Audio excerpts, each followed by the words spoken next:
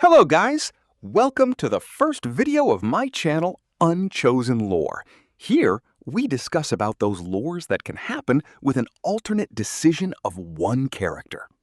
As for today, we go with one of the big three, Naruto. What if Itachi never killed the Uchiha clan?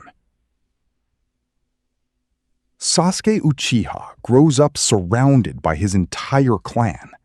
He never joins Orochimaru. He never leaves the Leaf Village. And Naruto's rivalry with him becomes something completely different. All because one man refuses one order. This is what happens if Itachi never massacres the Uchiha clan. Before we get into the alternate timeline, let's quickly recap what actually happened, because everything changes from one single moment. After the Nine Tails attack on the village, the Uchiha clan was blamed, sidelined, and placed under constant watch by the Leaf's secret police. Feeling betrayed by the village they'd sworn to protect, the clan began planning a coup. Itachi Uchiha, the clan's prodigy, was secretly acting as a double agent, reporting on his own family to the village elders. When the elders, led by Danzo, decided the coup had to be stopped before it started, they gave Itachi one order: eliminate the entire clan, quietly, before anyone else could find out. Itachi did it. He killed his own clan in a single night, sparing only his little brother, Sasuke, and then let that same brother grow up hating him, believing it was nothing but a cold pursuit of power. That hatred became the foundation for almost everything that happens in Naruto. But what if it never happened that way at all? Here's where the timeline splits. Instead of quietly accepting Danzo's deadline, Itachi moves first. He goes straight to the third Hokage and publicly backs Hiruzen's ongoing negotiations with the clan, before Danzo and Root can act in secret. Here's why that matters. Hiruzen never actually wanted the massacre. He was already trying diplomacy behind the scenes. What he didn't have was leverage against Danzo's faster, darker solution. Itachi siding with him openly changes that. For the first time, Hiruzen has a real chance to push back against Danzo, instead of letting Root quietly take control of the situation the way it actually did. Is this believable for Itachi's character? Look at who he really was underneath the mission. A man who hated unnecessary bloodshed, who valued peace above almost everything else, and who only ever went along with the massacre because he believed there was no other way to stop a war. Take away that belief, and a different Itachi emerges. One who chooses to strengthen the path to peace, instead of becoming the village's hidden executioner. So what actually happens next? The coup doesn't just vanish. The Uchiha were already prepared to act. But this isn't suddenly public knowledge to the rest of the village.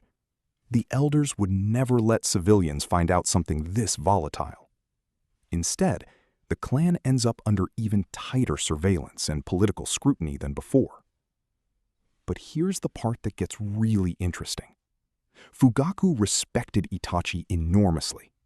If Itachi openly opposes the coup instead of secretly betraying it, the clan itself starts to fracture. Some Uchiha side with Fugaku. Others side with Itachi. Some abandon the plan entirely. Instead of one unified clan marching toward disaster, you get a divided one. Arguably a far more dangerous, unpredictable situation for everyone involved. And there's someone this timeline can't ignore: Shisui Uchiha. In the original story, Shisui planned to use Kotoama Tsukami to stop the coup peacefully, but Danzo stole one of his eyes before he could. he never actually got the chance. But if Itachi moves early enough to back Hiruzen before things spiral, does Shisui get that chance this time? Could his genjutsu actually calm the coup from the inside without anyone losing their life or their eye at all? Sasuke, meanwhile, grows up with his parents, his clan, an actual family around him. Does that make him a different kind of person? Calmer, without the trauma that defined him? Or does growing up inside a clan under constant suspicion create its own quieter resistance? There's also Akatsuki to consider. Itachi never actually fed the leaf consistent intelligence. Mostly, he delayed the organization from within and quietly protected the village when he could. So the real change isn't a loss of intel. It's that Akatsuki now operates with far less resistance working against it from the inside. This is where the ripple effects turn into a completely different story. Without the massacre, Sasuke has no singular trauma driving him toward revenge. But that doesn't erase his rivalry with Naruto. He's still an Uchiha prodigy, Naruto's still dead last, and Kakashi's still training both of them on the same team. That competitive fire probably still exists. What changes is the fuel behind it. Instead of a rivalry built on pain, isolation, and a need to prove himself stronger than his trauma, it becomes something healthier.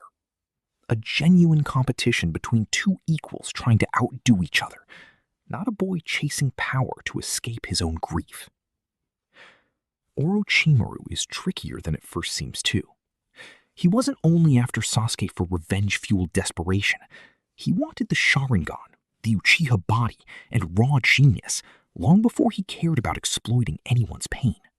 He'd probably still target Sasuke. The difference is, Sasuke would be far harder to manipulate without an open wound to exploit. And here's a correction worth making clear. It's actually Obito Uchiha, not Madara, who manipulates Sasuke's pain throughout the story. Madara never even meets Sasuke until the war itself, and his infinite Tsukuyomi plan was already decades in motion before Sasuke became relevant to it. So the real consequence here is that Obito loses one of his greatest weapons, a wounded, isolated Sasuke he could shape and turn, not that Madara's entire plan collapses. One quiet decision, one man choosing to strengthen the path to peace instead of becoming the village's hidden executioner, and the entire shape of the series shifts. So here's the real question. Does Naruto and Sasuke's rivalry mean anything once it's no longer built on pain? Or does removing that trauma take away the emotional core of the entire story? Let me know in the comments. Would you rather have this Naruto or the one we got? And if you want to see where this timeline goes next, can the Uchiha clan actually survive its own fracture? Does Obito step in himself to fix what Itachi ruined? And without a revenge-driven Sasuke, can the Fourth Great Ninja War even begin the way we remember it? That's where Part 2 begins.